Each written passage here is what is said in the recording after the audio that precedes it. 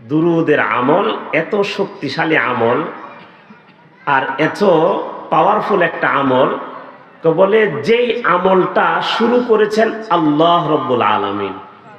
সুবহানাল্লাহ বলবেন। যে আমলের শুরুকারীকে আল্লাহ। ইন্নাল্লাহা ওয়া মালাইকাতাহু ইউসাল্লুনা আলান নবী ইয়া আইয়ুহাল্লাযীনা আমানু সাল্লু আলাইহি ওয়া সাল্লিমু তাসলিমা। যে আমলের আরম্ভকারী হলেন আল্লাহ, সেই আমলের নাম হলো দুরূদ শরীফ। সুবহানাল্লাহ। নামাজ আমরা পড়ি, কিন্তু আল্লাহ নামাজ পড়েন না। আল্লাহ নামাজ আরম্ভ করছেন, আল্লাহ নামাজ পড়ে দেখাইছেনও না। কিন্তু দুরূদ এটা এমন আমল যার সূচনাকারী হলেন আল্লাহ রব্বুল আলামিন। যে আমলের সূচনাকারীকে আল্লাহ রব্বুল আলামিন। আর এটা আল্লাহর রসুলের জাতের সাথে সম্পর্ক, আল্লাহর রসুলের সত্তার সাথে সম্পর্ক। এজন্য দুরূদের দ্বারা তাড়াতাড়ি কাজ হয়। কারণ আল্লাহ তাআলা সব থেকে বেশি যেই লোকটাকে ভালোবাসতেন, যেই মানুষকে সব থেকে বেশি ভালোবেসেছেন, সেই মানুষটার নাম হলো আমার আপনার নবী, প্রাণের নবী হযরত মুহাম্মদ মুস্তাফা সাল্লাল্লাহু আলাইহি ওয়াসাল্লাম। যেই নবীর প্রশংসা করতে করতে আল্লাহ রব্বুল আলামিন কুরআনে কারীম ভরে ফেলেছেন। আল্লাহু আকবার। যেই নবীর প্রশংসা করতে করতে, ইন্না আ'তাইনাকাল কাউসার ফাসাল্লি লিরাব্বিকা ওয়ানহার ইন্না শানিআকা হুয়াল আবতার। এগুলা সব নবীজির শানে আল্লাহর নাত। আমরা নাত বলি না, নাতে শরীফ। চা দিয়ে নাতে শরীফ বলি না, নাতে রসুল। আমাদের নবী ধ্যানের ছবি, এরকম নাত বলি না। আল্লাহ কোরআনে নবীজির শানে নাত গাইছেন। বলেন না আল্লাহু আকবার। কি গাইছেন? নাত গাইছেন। আলাম নাশরাহ লাকা সাদরাক ওয়া ওয়াদা'না আনকা বিজরাক আল্লাযী আনকাযা যাহরাক ওয়া রাফা'না লাকা যিকরাক। আল্লাহু আকবার। আল্লাহ নবীজির শানে গান গাচ্ছে। ওয়াদ-দুহা ওয়াল-লাইলি ইযা সাজা মা ওয়াদ্দা'আকা রাব্বুকা ওয়া মা ক্বালা ওয়ালাল-আখিরাতু খায়রুল লাকা মিনাল উলা ওয়ালাসাউফা ইউ'তিকা রাব্বুকা ফাতারদা। আল্লাহ। এগুলো হলো নবীর শানে কি? বলেন না, নবীর শানে নাচ। নাচ নবীর শানে নাচ। তাহা, ইয়াসিন সব নবীর শানে কি? নাচ। আল্লাহ ছাড়। আল্লাহ পাক নবীর চোখের কথাটাও কোরআনে কইছে। কিসের কথা? নবীর চোখ। মা জাগাল বাসার। নবীর চোখের কথা বলছে। নবীর কানের কথা বলে কুল উযুনু খাইর। আল্লাহু আকবার। নবীর চেহারার কসম খাইছেন, নবীর চুলের কসম খাইছেন, নবীর বয়সের কসম খাইছেন। ওয়াদ-দুহা নবীর চেহারার কসম, ওয়াল-লাইলি ইযা সাজা নবীর চুলের কসম। আল্লাহু আকবার। নবীকে কোনদিন আল্লাহ পাক নাম নিয়ে ডাকেন নাই। এ মুহাম্মদ, হে মুহাম্মদ, হে আহমদ। কোনদিন নাম নিয়ে কি করেন নাই? ডাকেন নাই। আল্লাহু আকবার। অন্যান্য নবীদেরকে আল্লাহ ডাকছেন ইয়া ইব্রাহিম, ইয়া ঈসা, ইয়া মূসা, ইয়া শুআইব, ইয়া লূত, ইয়া নূহ। কিন্তু আমার আপনার নবীকে আল্লাহ কখনো ইয়া মুহাম্মদ বলে ডাকেন নাই। ইয়া মুহাম্মদ বলে ডাকেন, ইয়া আহমদ বলে ডাকেন নাই। ডাকছেন কি? ইয়া আইয়ুহান নবী, ইয়া আইয়ুহার রাসূল, ইয়া আইয়ুহাল মুযাম্মিল, ইয়া আইয়ুহাল মুদ্দাসসির, তাহা, ইয়াসিন। এইভাবে আমার আপনার নবীকে আল্লাহ পাক সম্বোধন করেছেন। আল্লাহু আকবার। নাম ধরে ডাকেন। আল্লাহ এত মোহাব্বত করতেন কাকে? নবীকে। সুতরাং ওই নবীর শানে, ওই নবীর উপরে যখন দুরূদ পড়ে কিছু চাওয়া হয়, তখন আল্লাহ রাব্বুল আলামিন তার দোয়া কবুল করা ছাড়া আর থাকতে পারেন না। কারণ আমার হাবিবের উপরে সে দুরূদ পাঠায় দিছে। আল্লাহ পাক তার দোয়া কি করে নেন? কবুল করেন। আর আমরা অলস মানুষ, দুরূদ পড়তে চাই না। দুরূদ কি করতে চাই না? পড়তে চাই না। এই যে বললাম যে দুরূদ শরীফ পড়ি, কয়জনে পড়ছে বলেন? কয়জনে পড়ছে?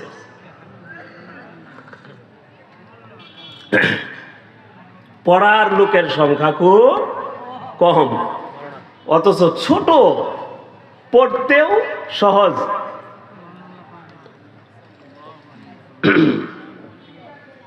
ছোট্ট আল্লাহুম্মা সাল্লি আলা মুহাম্মদ, এটা মুখস্থ করতে কি বেশি সময় লাগে?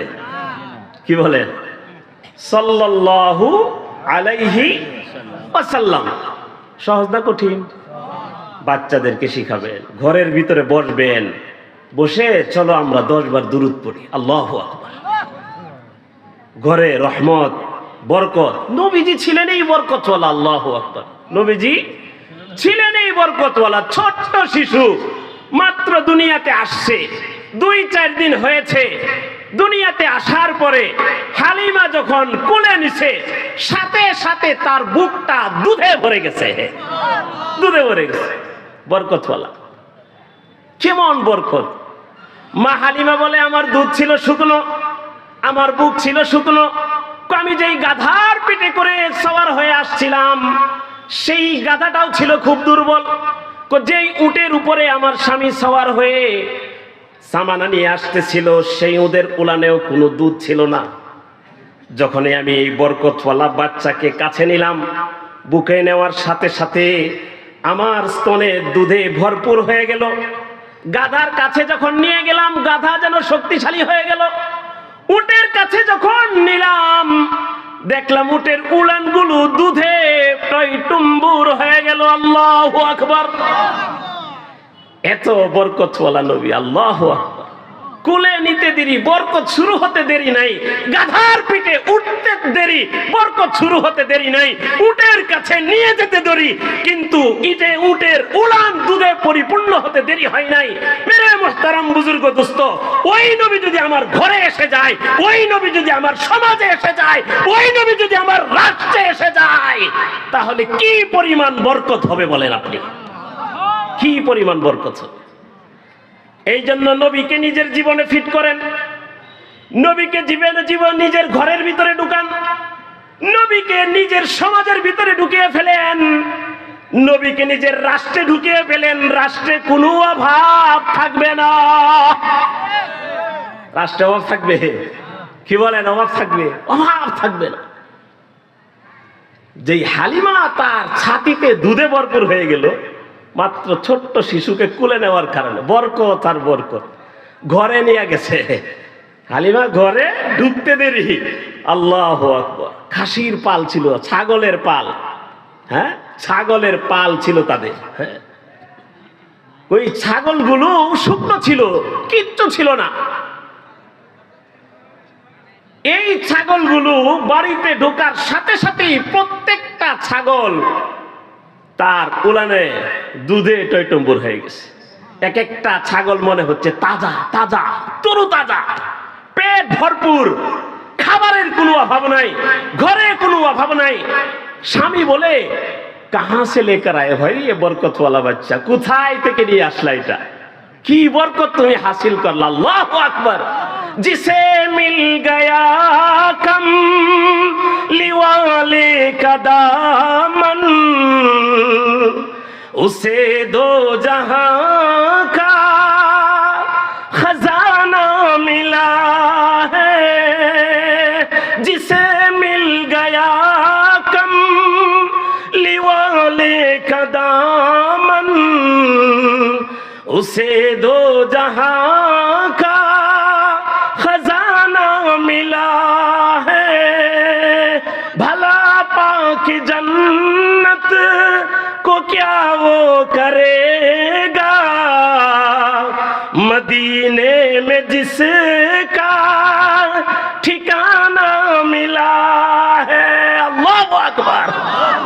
আরে যার ঘরে নবী চলে আসছে, যার সুন্নতি লেবাস হয়ে গেছে, নবীর সুন্নত যার ঘরে চলে এসেছে, যেই সমাজে নববী আদর্শ কায়েম হয়ে গেছে, যেই রাষ্ট্রে নববী আদর্শ কায়েম হয়ে গেছে, আরে তার আর কি চাই বলেন তো দেখি? তার আর কি প্রয়োজন?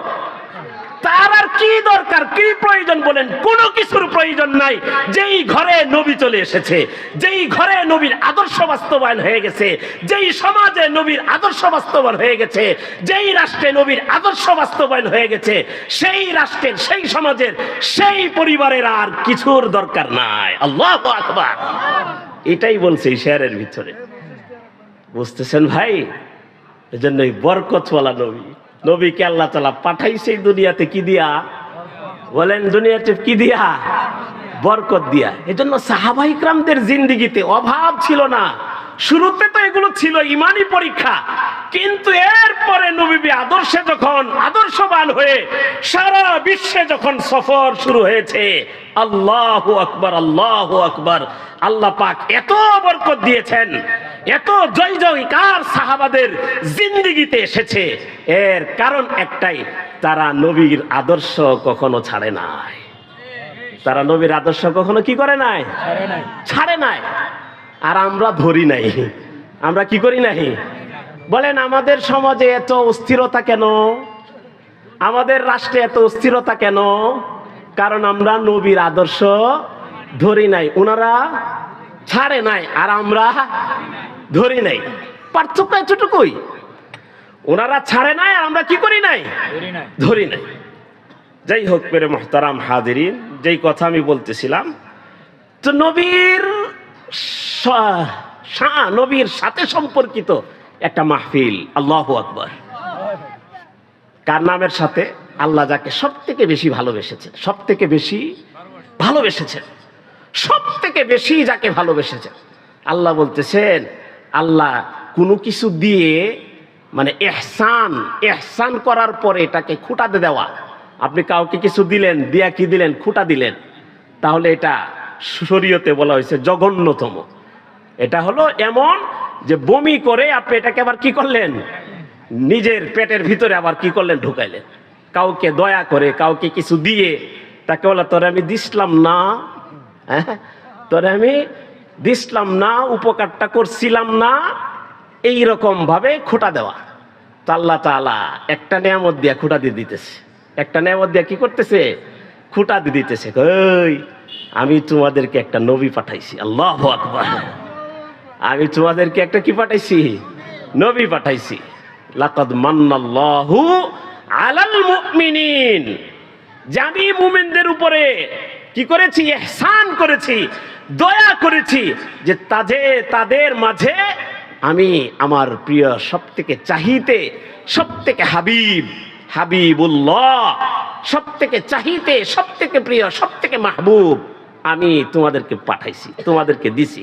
আল্লাহু আকবার। এজন্য নবীর কদর করতে হবে। নবীর কি করতে হবে? কদর করতে হবে। আবার দেখেন, যেই নবীকে আল্লাহ এত ভালোবাসেন, খেয়াল করেন কিন্তু আমার কথা বুঝতেছেন? খেয়াল করতেছেন? যেই নবীকে এত ভালোবাসেন, এত মুহাব্বত করেন, কোরআনের পাতায় পাতায় যার প্রশংসা, যার চোখের কথা কোরআনে, যার কানের কথা কোরআনে, যার জবানের কথা কোরআনে, যার শহরের কসম খেয়েছেন, যার বয়সের কসম পর্যন্ত আল্লাহ তাআলা খেয়েছেন, যার চেহারার কসম খেয়েছেন, চুলের কসম খেয়েছেন।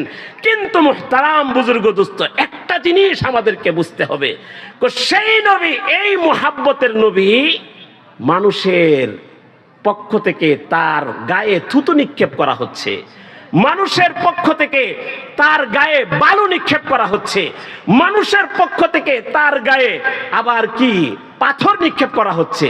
কিন্তু এত প্রিয় হাবিবুল্লাহ যাকে বলা হয়েছে, তাকে মার খেতে দেখেও আল্লাহ তাআলা সহ্য করতেছেন। এটা কেন? এটা কেন বুঝতে হবে। এটা কি করতে হবে? বুঝতে হবে। বুঝবেন তো? আমার আলোচনার বিষয়ের বস্তুর দিকে আমি যাচ্ছি। তো এটা আমাদেরকে বুঝতে হবে। যেই নবীকে এত বেশি মহাব্বত করেন, এত বেশি ভালোবাসেন, সেই নবী একদিকে মার খাচ্ছে, সেই নবী একদিকে মার খাচ্ছে। কেউ থুতু দিচ্ছে, আল্লাহ, কেউ থুতু দিচ্ছে, ওয়ামিনহুম মান তাফাল ওয়ামিনহুম মান শাতাম। হাদিসের ভাষা যে নবীজি যখন দাওয়াতের জন্য বের হয়ে গেছেন, কেউ তাকে থুতু নিক্ষেপ করলো, কেউ তাকে গালি দিল, কেউ তার উপরে বালু নিক্ষেপ করলো, কেউ তাকে পাথর দিয়ে আঘাত করলো। সুন্দর চেহারাওয়ালা নবী সাদা পোশাক পরে যখন মানুষকে আল্লাহর দিকে ডাকার জন্য বের হতেন, সন্ধ্যায় যখন আসতেন, তার নিজের মেয়েরা নবীজিকে চিনতেন না। বলে কে এসেছে? সাদা ধবধবে মানুষটা, কে যেই নবীর চেহারা ছিল এত সুন্দর। আম্মা জান আয়েশা বলেন, মিশরের রমণীরা হযরত ইউসুফ আলাইহিস সালাতু ওয়াস সালামকে দেখে তারা তাদের হাত কেটেছিল। আল্লাহ বলেন ওয়া কাত্তা'না আইদিয়াহুন, তারা তাদের হাত কেটেছিল। তারা যদি আমার নবীর চেহারাটাকে দেখতো, আমার হাবিবকে দেখতো, আমার প্রিয় নবীকে যদি তারা দেখতো, তাহলে তারা হাত না, তারা তাদের কলিজাগুলো কেটে ফেলতো। এত সুন্দর নবী ছিলেন, যার চেহারার আলোতে আম্মা জান আয়েশা সিদ্দিকা রাদিয়াল্লাহু তাআলা আনহা সুই খুঁজে বের করতেন। আল্লাহু আকবার, সুই খুঁজে বের করতেন। চেহারার আলো এত ছিল, এত নূরের নবী, আমরা বলি নূরের নবী, এত সুন্দর চেহারাওয়ালা নবী। যখন রাস্তায় বের হইতেন, সন্ধ্যাবেলায় যখন ফিরে আসতেন, তার মেয়েরাই তাকে চিনত না। কেন ভাই, কেন? এখানে বুঝতে হবে মুহতারাম হাদিরিন, একটা কথা বুঝতে হবে, এই দুনিয়ার একজন মালিক আছেন। আমরা যেই জমিনে চলাফেরা করি, সেই জমিনের মালিক কে? আমরা যে আসমানের নিচে বসবাস করি, সেই আসমানের মালিক কে? আমরা যে বৃষ্টির পানি দ্বারা উপকৃত হই, সেই বৃষ্টির পানি দেনেওয়ালা কে? আমাকে আপনি কে বানাইছেন? সেই মালিক বানাইছেন। আলহামদুলিল্লাহি রাব্বিল আলামিন আর রহমানির রহিম মালিক ইয়াউমিদ্দিন। কোরআনে বলেন ওয়া হুয়া খালিকু কুল্লি শাইইন, যিনি সব কিছু বানাইছেন। আমরা দুনিয়াতে দেখি একজন 5 তলা বিল্ডিং এর মালিক হয়ে গেল, 10 তলা বিল্ডিং এর মালিক হয়ে গেল। 10 তলার ভিতরে 10টা পরিবার থাকে, অথবা 20টা পরিবার থাকে। 20টা পরিবার একজনকে মালিক মনে করে তাকে কিন্তু ভাড়া দেয় কিনা? 20টা পরিবার একজনকে মালিক মনে করে ভাড়া দেয়। এর ভিতরে যদি একজন লোক মালিক মনে না করে, আমি ভাড়া দেব না। কেন দিব না? আমি তাকে মালিক মনে করি না, আমি তাকে এই বিল্ডিং এর মালিক মনে করি না, এই জন্য আমি তাকে ভাড়া দেব না। আপনারাই বলেন, সেই লোক কি নিমক হারামি করলো নাকি নিমক হালালি করলো? বলেন, নিমক হারামি করলো না হালালি করলো? তাকে আমরা সমাজে বলবো কত বড় জালেম দেখছো। হ্যাঁ, এত বড় বিল্ডিং এর মালিক, কত কষ্ট করে বিল্ডিং বানাইছি, আমারে মালিক মনে করে না, অথচ আমি 10 তলা বিল্ডিং এর কি মালিক, 10 তলা বিল্ডিং এর মালিক। হারামখোর নিকাল ইহাঁ সে, বলবে কিনা বলেন? বের হয়ে যায় এখান থেকে। এখান থেকে কি হয়? বের হয়ে যায়, বের হয়ে যায় এখান থেকে। থাকে ঘাড় ধাক্কা দিয়ে বের করে দিবে। কি বলেন, রাখবেন আপনারা কেউ? 5 তলা বিল্ডিং এর মালিক আপনি, ভাড়াটি আপনাকে ভাড়া দেয় না। কেন? কি আপনাকে মালিকই স্বীকার করে না, আপনাকে মালিকই কি করে না, স্বীকার করে না। তাকে ঘাড় ধাক্কা দিয়ে বের করে দিবেন। করবেন কিনা বলেন? হ্যাঁ করবেন। এবার চিন্তা করেন, যেই সত্তা এই জমিনের মালিক, আসমানের মালিক, আপনার পেটে 24 ঘন্টায় যা যায় তার পক্ষ থেকে আসে। আল্লাহু আকবার, তার পক্ষ থেকে আসে কিনা বলেন? 24 ঘন্টায় যাই ভিতরে ঢুকাচ্ছেন, সব কার দেওয়া? সেই মালিকের দেওয়া। আরে আমি যখন দুনিয়াতে আসছি আমার তো কোনো পরিচয় নাই, কেউ জানে না, নাপাক এক ফোঁটা পানি। আল্লাহ বলতেছে, আমি তো তোমার এমন নাপাক গান্দা পানি থেকে বানাইছি যে তুমি এটার নামটা নিতেও তোমার 5 বার চিন্তা করার লাগে। কথা বলেন ঠিক না বেঠিক? হ্যাঁ, কত সুন্দর চেহারা, এত সুন্দর অবয়ব দিয়া হ্যাঁ দুনিয়াতে কি করেছি, পাঠাইছি। যেইটা দিয়া তোমাকে বানাইলাম, এত রূপ দিলাম, এত আয়োজন, সেই জিনিসটার নামও তুমি কি করো না, নেও না। পরিচয়ই তো ছিল না, আসছি একদম পুরা ন্যাংটা। কি বলেন, কিছু ছিল তাতে? কিচ্ছু নাই। কিন্তু আমি দুনিয়াতে আসার আগে আল্লাহ আমার জন্য খাবার পাঠায় দিছে। আমি আসার আগেই খাবার পাঠায় দিছে। মার ছাতিটা দুধে টন টন করে, আর মা বলতে থাকে আল্লাহ রিজিক দিছে, আমার সন্তানরে কি দিছে? রিজিক দিছে। আল্লাহু আকবার। কি বলেন? কে দিছে এই রিজিক? কে দিছে? আল্লাহ দিছে। মা বলে আমার সন্তানরে আল্লাহ কি দিছে? রিজিক দিছে। 2 বছর পর্যন্ত মা বাবার রিজিকের কোনো টেনশন নাই। 2.5 বছর পর্যন্ত রিজিকের কোনো টেনশন নাই। আল্লাহ তো জানে আমার বান্দা। হ্যাঁ, আমাদের আসল পরিচয় কি? যে আমরা বান্দা। আমরা কি ভাই? আমরা বান্দা।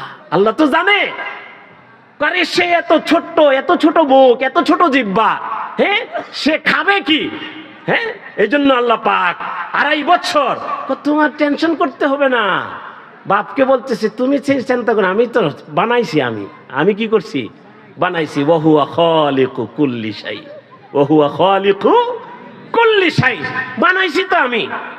সুতরাং টেনশন, মাকে বলতেছে টেনশন, নো টেনশন, টেনশন করো না, রিজিক দিব আমি। দোকানের ভিতরে বালিশ পাঠায়া দিছে, খেতা পাঠায়া দিছে। হ্যাঁ, কি বলেন? যেই তোয়াইলে ফেসামু ওই তোয়াইলেটাও আল্লাহ কি করছে? পাঠায়া দিছে। পাঠাইছে কিনা বলেন? সব ইন্তজাম আল্লাহ পাক করে আমাকে দুনিয়াতে পাঠাইছে। এরপরে ওই মালিককে যদি কেউ অস্বীকার করে তাহলে আল্লাহর গায়রতে, আল্লাহর আত্মমর্যাদায় কেমন লাগবে চিন্তা করেন। তুমি 5 তলার বিল্ডিং এর মালিক, তোমাকে যদি কেউ মালিক স্বীকার না করে তাহলে তোমার মুখটা কি হয়ে যায়? হ্যাঁ, মুখের যে কি আছে ডিসপ্লে চেঞ্জ হয়ে যায়। আমাদের যুবকদের ভাষা এটা, আমাদের যুবকদের ভাষা। মুখের ডিসপ্লে কি হয়ে যায়? পরিবর্তন হয়ে যায়। তোমাকে 5 তলার বিল্ডিং এর মালিক যদি কেউ না বলে তাহলে তোমার মুখের ডিসপ্লে চেঞ্জ হয়ে যায়। তাহলে এবার চিন্তা করো, গোটা জাহানটাকে যিনি বানাইলেন তাকে যদি কেউ স্বীকার না করে, মালিক বলে স্বীকার না করে, খালিক বলে স্বীকার না করে, তাহলে তার আত্মমর্যাদায় কেমন লাগবে? কি বলেন? এই জন্য আল্লাহ বলেন ইন্নাল ইনসানা লিরাব্বিহি লাকানুদ। মানুষ হলো তার সৃষ্টিকর্তার ব্যাপারে, তার পালনকর্তার ব্যাপারে সব থেকে বেশি নিমক হারাম। মানুষের স্বভাব হলো ভুলে যাওয়া। মানুষের স্বভাব হলো মালিককে ভুলে যাওয়া, মালিককে স্বীকার না করা। এই জন্য দুনিয়াতে সব থেকে বড় জুলুম হলো, সব থেকে বড় অন্যায় হলো মালিককে অস্বীকার করা। সব থেকে বড় জুলুম, সব থেকে বড় জুলুম, সব থেকে বড় অন্যায় কি? কথা বলেন না কেন? সব থেকে বড় অন্যায় কি? মালিককে ভুলে যাওয়া, মালিককে অস্বীকার করা। এই জন্য শব্দ আসছে কুফুর। কুফুর অর্থ অস্বীকার করা। কুফুর অর্থ কি বলেন না? কুফুর অর্থ কি? অস্বীকার করা। আর ঈমান অর্থ? এই তো মাশাআল্লাহ, আপনারা উত্তম ছাত্র, মানে মাহফিলের জন্য উপযুক্ত শ্রোতা আপনারা। মারহাবা, সবাই বলি মারহাবা। তো কুফুর অর্থ অস্বীকার করা। কাফির যিনি বানাইলেন তাকে অস্বীকার করলো। কত বড় নিমুখ হারামি! হ্যাঁ, কত বড় নিমুখ হারাম। আর ঈমান অর্থ স্বীকার করা। এটা হলো সব থেকে বড় আমল, সব থেকে বড় দৌলত। তো দুনিয়াতে সব থেকে বড় আমল হলো, বড় কাজ হলো আল্লাহকে কি করা? স্বীকার করা। মনে রাখতে হবে, আল্লাহকে কি করা? স্বীকার করা।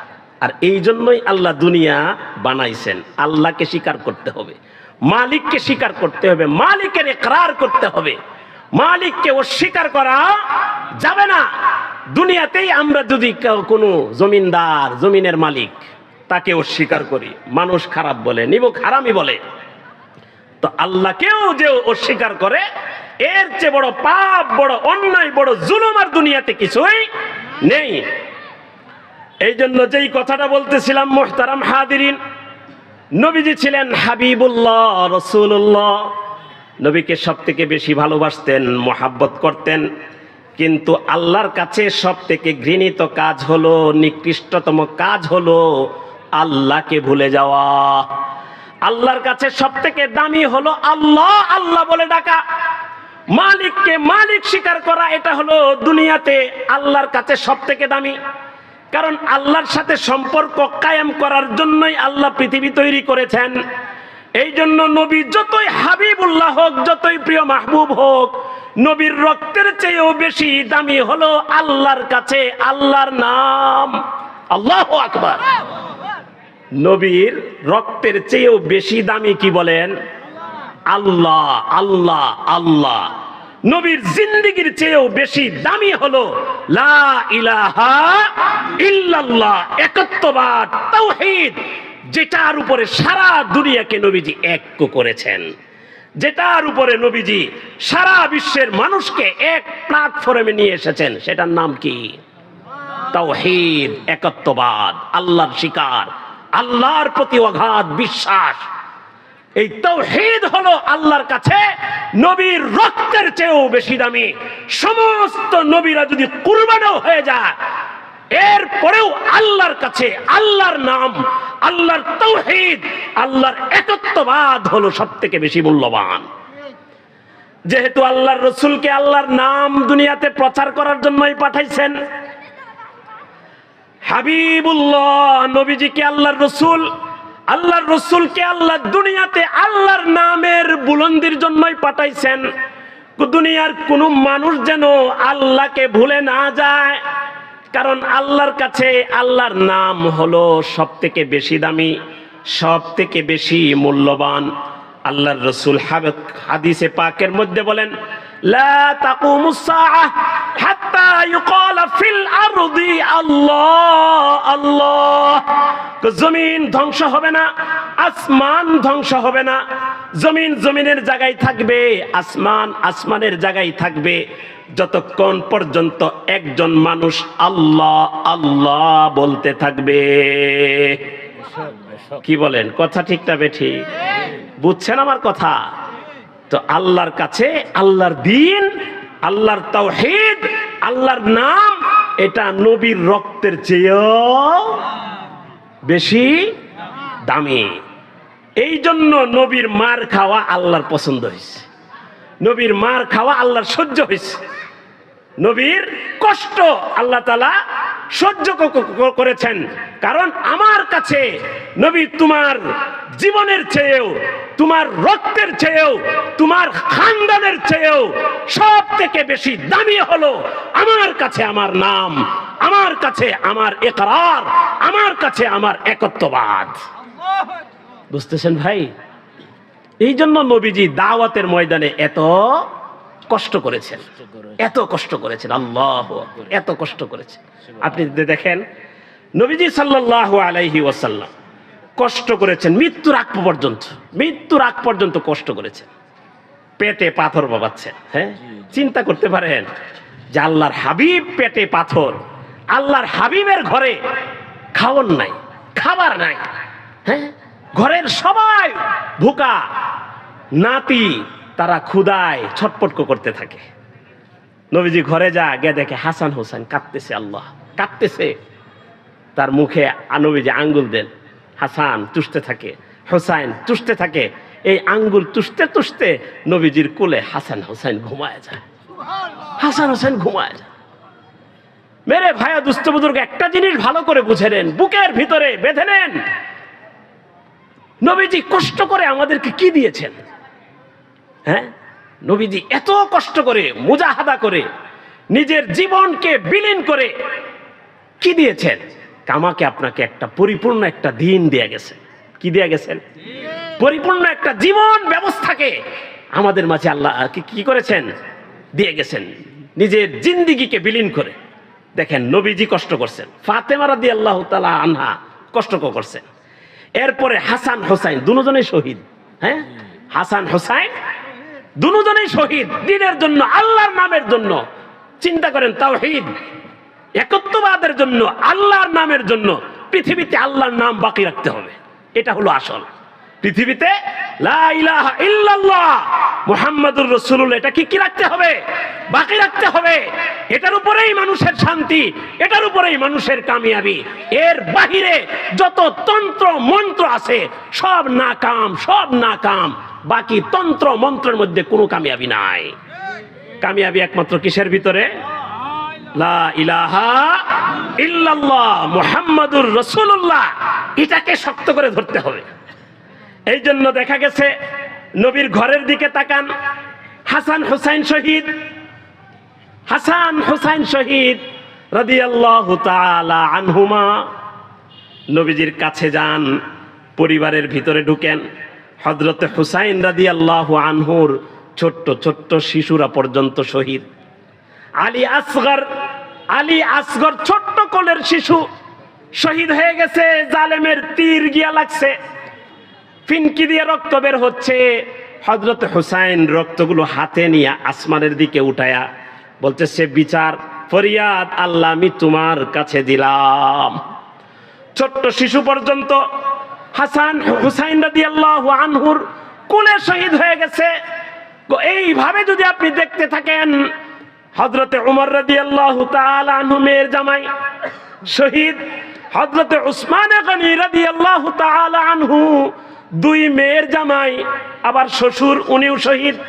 হযরতে আলী কাররামাল্লাহু ওয়াজহাহু, যিনি ছিলেন সবথেকে আদরে জামাই, ফাতেমা রাদিয়াল্লাহু তাআলা আনহার স্বামী, এই আলী রাদিয়াল্লাহু আনহু শহীদ। ওদিকে যান, তলহা রাদিয়াল্লাহু আনহু শহীদ, জুবাইর ইবনুল আওয়াম রাদিয়াল্লাহু তাআলা আনহু শহীদ। এইভাবে যদি যেতে থাকেন, নবীর ঘরের অধিকাংশ সাহাবী তাবেঈ এইভাবে এই পর্যন্ত আসতে থাকেন, তারা অধিকাংশই আল্লাহর দ্বীনের জন্য শহীদ হয়ে গেছেন। সুবহানাল্লাহ। চিন্তা করছেন আপনি, নবীজি আমাদেরকে কি শিখাইছেন? তার দাওয়াত, সারা জীবনের মেহনতের খুলাসা হলো, মিটা দো আপনি কো, জান দিয়ে হলেও আল্লাহর দ্বীনকে দুনিয়াতে বাকি রাখতে হবে। জান দিয়ে হলেও কি রাখতে হবে বলেন না? জান দিয়ে হলেও আল্লাহর দ্বীনকে দুনিয়াতে বাকি রাখতে হবে। এটা নবী আমাদেরকে কি করছেন? দিয়া গেছেন, এত কষ্ট মুজাহাদার ভিতর দিয়ে। দেখো, দুনিয়া ক্ষণস্থায়ী, দুনিয়া হলো ক্ষণস্থায়ী। তোমার সম্পর্ক যদি আল্লাহর সাথে হয়ে যায়, তোমার সম্পর্ক যদি দ্বীনের সাথে হয়ে যায়, তাহলে আর তোমার কোনো কি নাই, টেনশন নাই। ফাতেমা, আলী আসছে, আয়েশা বলতেছে যে ফাতেমা তো পানি আনতে আনতে কি হয়ে যা, ক্লান্ত হয়ে যা, পিঠে দাগ হয়ে গেছে, তার জন্য একটা খাদেমের কি করেন, ব্যবস্থা করেন। নবীজি ফাতেমার কাছে গিয়া বলে, ফাতেমা আমি কি তোমাকে দুনিয়ার উত্তম গোলামের চেয়ে, এর চেয়ে আরো শ্রেষ্ঠ কিছু আমি কি তোমাকে দিতে পারি না? আল্লাহু আকবার, আল্লাহু আকবার। নবীজি নিজের মেয়ে ফাতেমাকে বলতেছে, অথচ নবী কোনো ছেলের বাবা ছিলেন না, মেয়েদের বাবা ছিলেন। মেয়েদের বাবা হওয়া এটা একটা গর্বের, আলহামদুলিল্লাহ বলেন। যার ঘরে মেয়ে কি আছে, 4টা 5টা 6টা এরকম আসেনি আপনাদের ঘরে? হ্যাঁ, দেখি যে 3জন কার ঘরে আছে, দেখি 3 মেয়ের বাপ কেডা, দেখি 3 মেয়ের বাপ, 4 মেয়ের বাপ, 2 মেয়ের বাপ, দেখি মারহাবা মারহাবা মারহাবা। হ্যাঁ, গর্ব করা উচিত। নবীজি মেয়েদের বাবা ছিলেন, আল্লাহু আকবার। কাদের বাবা ছিলেন? এই কথা বলে না, কাদের বাবা?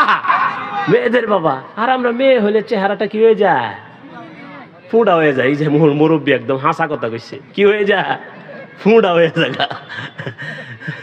আমাদের মেয়ে দেখলে কি হয়ে যায়, ফুঁড়া হয়ে যায়। আর ছেলে হলে আনন্দ, আরে মিষ্টির পর মিষ্টি খালি কি করতে থাকে, খাওয়াইতে থাকে। হ্যাঁ, কি বলেন, কথা ঠিক না ঠিক? আল্লাহ আমাদেরকে হেফাজত করুন।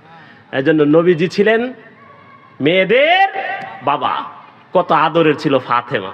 কিন্তু ফাতেমাকে বলতেছে, এই যে দেখেন, খেয়াল করবেন, কিন্তু নবীজি কিন্তু ফাতেমাকে দুনিয়া দেন নাই। নবীজি ইচ্ছা করলে গোলাম দিতে পারতেন না? পারতেন কি না? গোলাম দিতে পারতেন, কিন্তু দেন নাই। কি করছেন?